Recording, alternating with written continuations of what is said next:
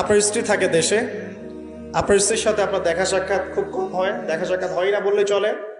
খুব আপনি কাজের কারণে ওখানে থাকছেন, মাঝে মাঝে আসছেন যাচ্ছেন। এখন স্ত্রী আপনাকে একটা মেসেজ পাঠিয়েছে ফোনে, স্ত্রী আপনাকে একটা 1 পৃষ্ঠার মেসেজ পাঠিয়েছে, আর মেসেজটা পাঠিয়েছে স্ত্রী ইংরেজি ভাষায়। কোন ভাষায় ভাই?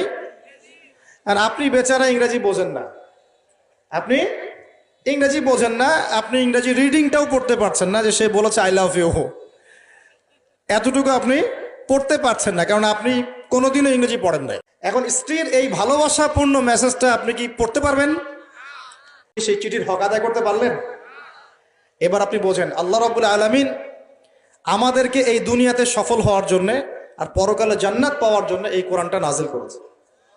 আর বেচারা আমি যদি এই ভাষাও না বুঝি আর এটা পড়তেও না জানি, আমি কি আল্লাহ পাকের সেই মহব্বতের হক আদায় করতে